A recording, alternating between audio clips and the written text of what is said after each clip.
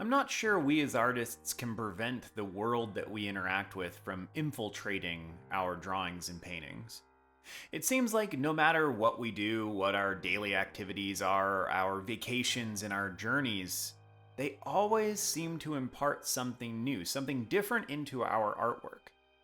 I'm working on a salamander here, and it should come as no surprise that I love reptiles and amphibians, that they worm their way into my work. And this seems to happen mostly unconsciously. The things that we absorb, that we participate in, that we intake, seem to show up. Almost as if the interactions that we have with those media are like the planting of seeds.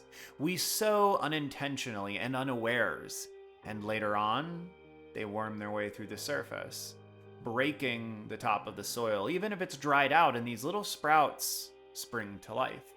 And sometimes we look at them with bewilderment. Where did you come from, tiny little green thing? And yet, the seeds are often sown by us. They are sown by our life, by our experiences, by the things that we choose to do. And sometimes, by the things that simply happen to us. So our explorations, our interactions with the world seem to inform our art. Can this be harnessed? Can we as artists take our rightful place in the universe as wizards of pigment and line? Can we harness this for our own purposes? For evil or for good? Welcome to the session. My name is Zach. I'm continuing to work on my Inktober drawings. This one here is Saddle, and of course, it had to be a salamander because no one thinks about saddles without also thinking about riding an amphibian now, do they? It is, after all, 2023, and the world is changed. I worked on this piece while I was on vacation in Hawaii. What a fortunate thing it was that I was able to do that. At 36, this is my first time visiting the state that floats the furthest from all things on this planet. It was an amazing experience. And there were many interesting animals, plants, and other things that I didn't anticipate and perhaps should have.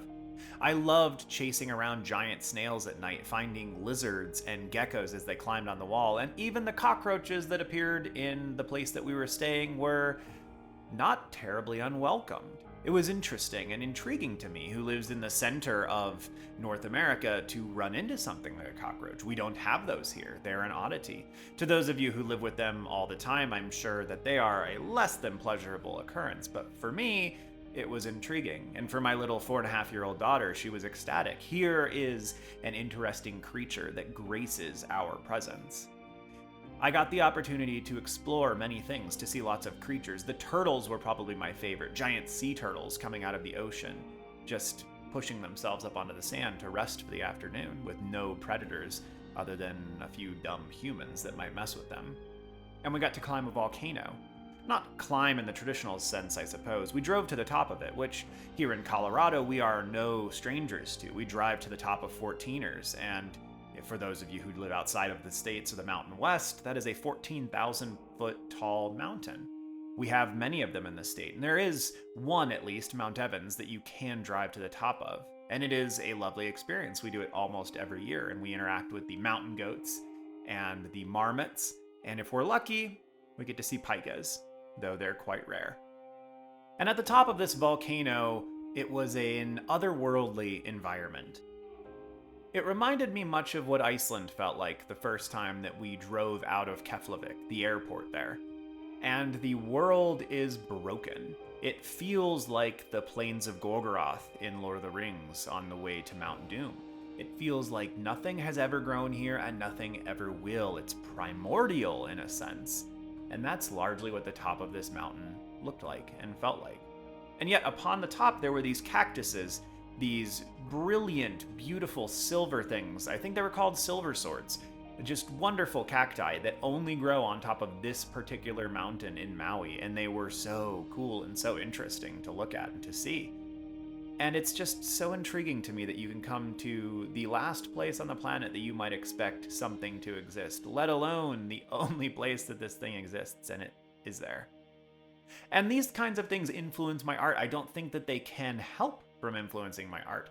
How can you possibly go and explore something and see creatures or plants that you've never seen before, that exist nowhere else, and not let your mind run and discover new things that you might be able to bring into existence.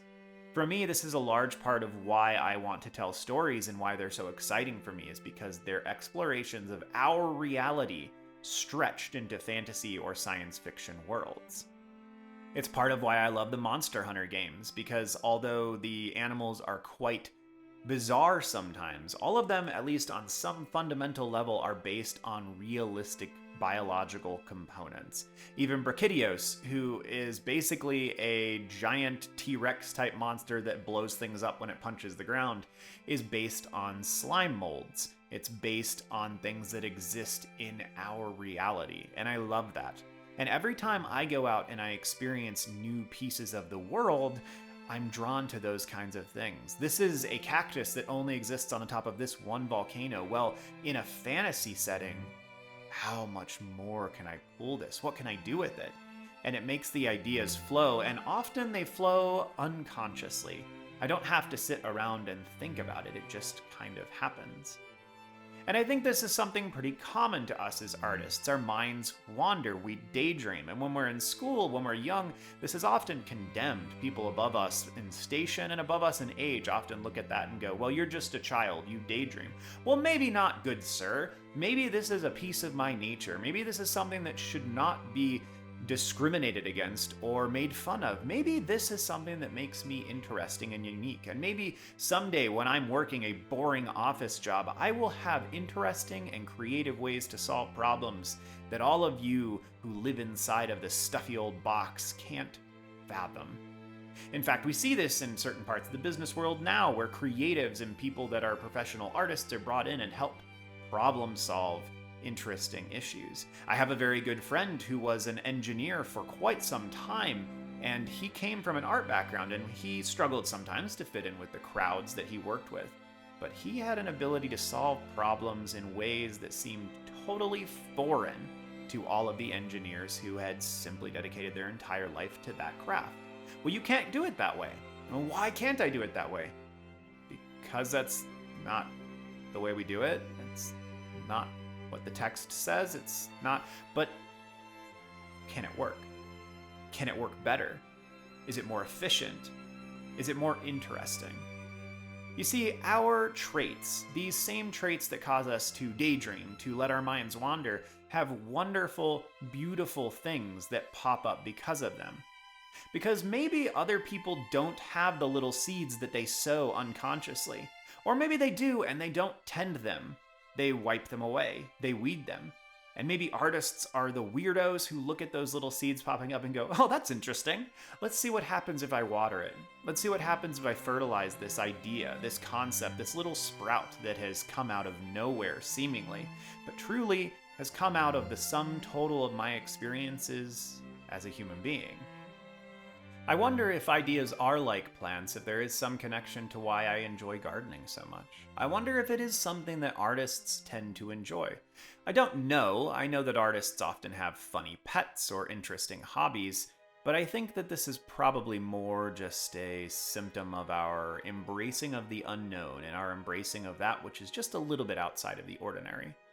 But ideas do seem to function like sprouts. They're tiny little plants. They're seeds that are sown from our experiences, from concepts that we run into, and sometimes from the hybridization of many loves. We do, after all, have so many things that intrigue us and interest us, and as we water those ideas with our time and our effort, sometimes they do begin to grow. And sometimes they go directions that we did not anticipate. Sometimes as we nurture a plant, it doesn't do what we expected. I've had this happen a couple times when I've grown things and the plant has fallen over, or a branch that I haven't expected ends up being the prominent one. I've heard many stories of people growing squash or watermelon only to find out that at some point they hybridized and they now have what looks like pumpkins but are full of unedible flesh. And I certainly at one point had a batch of peppers that cross-pollinated themselves, and my sweet peppers had decided that they needed to breed with the Scotch bonnets, and we had an entire garden full of spicy peppers that, upon further thought, was much more like rolling a die than eating a pepper. If you rolled that 1, then you probably got a pepper that was far spicier than you expected. And still, it was intriguing. And our ideas function much like this, I reckon. That they are nurtured by how we spend our time, by the things that we consume, and then they seem to have some life of their own. And maybe they don't really have a life of their own, right? Maybe it's our unconscious mind, our soul, some incorporeal component of us as human beings that toys with them and plays with the ideas. And maybe not. Maybe it is something divine. Maybe it is something ethereal that is not quantifiable and we can't quite reckon with. And sometimes we're content as humans to let those things be, and sometimes we're not. And we feel like we have to define it. We have to understand it. And I think the reality is that we as humans will never understand all of creation. We will never understand the entire extent of the universe. Our scientists, lovely human beings who work for our benefit, as they continue to delve into the laws of physics, they find that things break down at the minuscule and gargantuan scales, that things stop functioning the way that we think they ought to. And I think that it is hubris to assume that we as humans will ever understand everything that graces the cosmos. And in a way, there's an excitement and a joy to that. There will never be a lack of things to learn. There will never be a lack of ideas to nurture. And so we as artists exist in that same infinite landscape with an infinite amount of things that we can do, that we can play with, that we can create. And there will never be too many. Yes, sometimes we will get to the stage later than a partner, and they've already done a thing that we were excited about doing. But that doesn't mean that the audience doesn't want to see another round. After all, people are still watching Shakespeare. How many times have you watched your favorite movie and you still enjoy it? And sometimes somebody does a new rendition of your favorite movie and it is probably stubbornly opposed by you at first, but sometimes it becomes a new love too. There is room, after all. There is room always for good art. So nurture your ideas, water them with your time, your wisdom that you glean over the eons, and see where they go. See how they grow. See what happens and wait. Don't push them too hard. And if you kill an idea like a little plant, just remember that there will always be more. And be more careful next time. Learn from what you did. Learn from how you made a mistake. To err is human after all. And for better or worse, that is what we are.